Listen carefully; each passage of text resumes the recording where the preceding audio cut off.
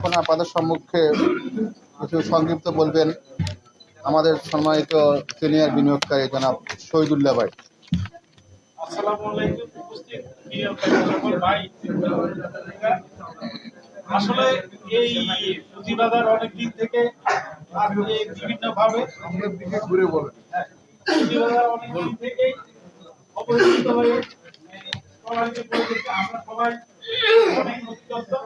এই কারণে আমাদের পুঁজিবাজার আইসিবি বিনিয়োগকারী পুঁজিবাজার পক্ষ থেকে আমাদের ব্যাংকে 20 থেকে 20 আমরা আইসিবি কে আইসিবি ফান্ড নেই 5,000 টাকা দেওয়ার জন্য আমরা কয়েকবার এদিকে এই পরিপ্রেক্ষিতে দশটা নিয়ে আসি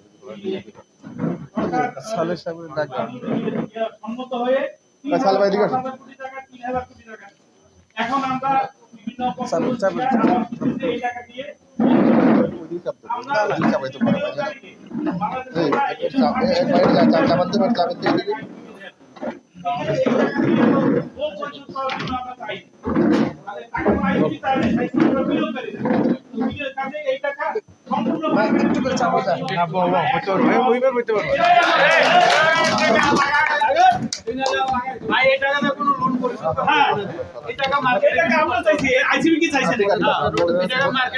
ধন্যবাদ জনাব শহীদুল্লাহ ভাই।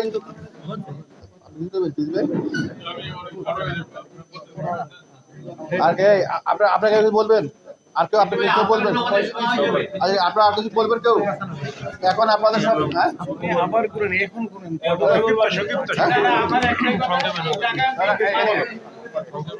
বলবেন মুসলিম সাহেব, এখন আপনাদের সম্মুখে কিছু বলবেন সিনিয়র বিনিয়োগকারী জনাব মুস্তাফুদ্দিন ভাই।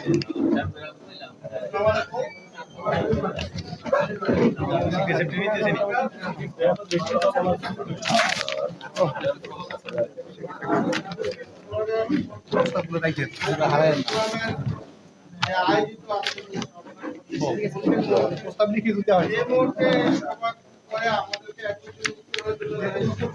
একটা স্টেপলার পেলেন না, একটা স্টেপলারটা নিয়ে আসুন।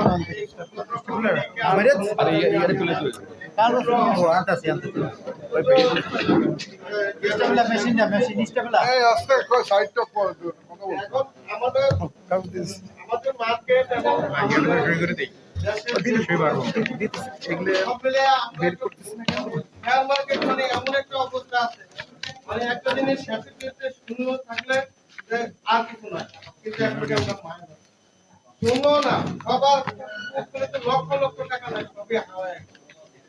সেগুলি হয়ে গেছে কালের বিবর্তনে। আমার যত অভিজ্ঞতা, আমি পছন্দ করতে আমার আইসিবি তো মনে হয় অ্যাকাউন্ট লক্ষ লক্ষ টাকা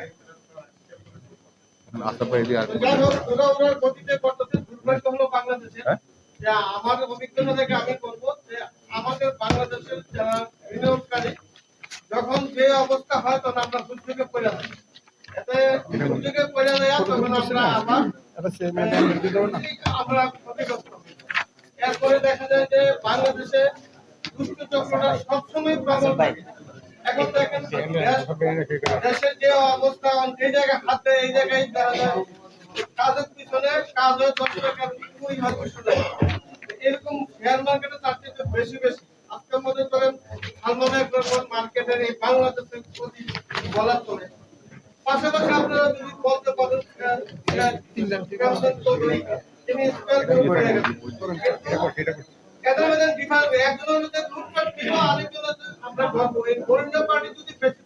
আমাদের এই পতন হতো না। যাই হোক, এখন পরিশেষে কথা হলো যে আমাদের এই আজকে গতকাল উদ্যোক্তারা যে ধরনের পদক্ষেপ নিয়েছেন ওই পদক্ষেপগুলি বাস্তবায়নের জন্য মনে করেন এখন একটা নীতিমালা হোক, যে সিস্টেমে হোক, এখন এই জায়গায় যেই তলানিতে আসলে তার থেকে এটা যে রিফর্ম করা যায় পলিসির ক্ষেত্রে, কারণ আমাদের পরে যারা আমাদের সকলের ভাগ্যের পরিবর্তনে তারা কাজ করে এই কথা। ধন্যবাদ জনাব মুস্তাফুদ্দিন ভাই।